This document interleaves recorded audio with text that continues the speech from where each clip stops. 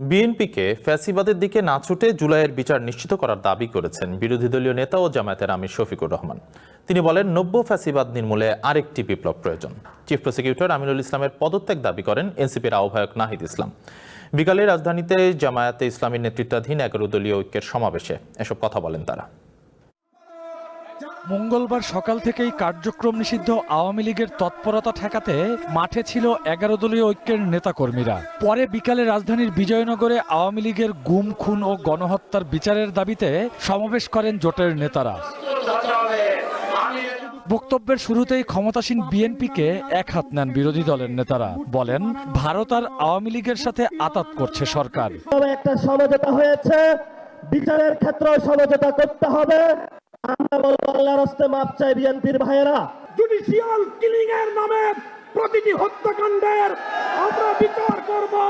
ওই হিন্দুস্তান আর আওয়ামী লীগের সাথে সম্পর্ক রেখে যারা নতুন ফ্যাসিজম কায়দা শুরু করেছে তাদের কাছে বিচার চেয়ে কোনো লাভ নাই। আন্তর্জাতিক অপরাধ ট্রাইব্যুনাল জুলাই হত্যাকারীদের বিচার করতে ভয় পাচ্ছে অভিযোগ করে চিফ প্রসিকিউটরের পদত্যাগ দাবি করা হয়।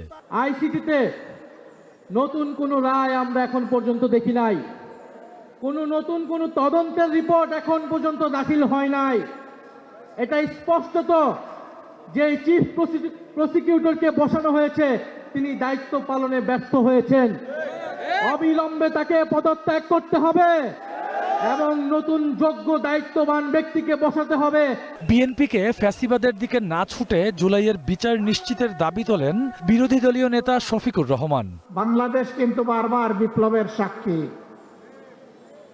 আমরা পরিষ্কার বলে দিচ্ছি, হয় আপনারা বিচার নিশ্চিত করুন, না হয় আপনারা যাওয়ার রাস্তা খুঁজে বের করুন।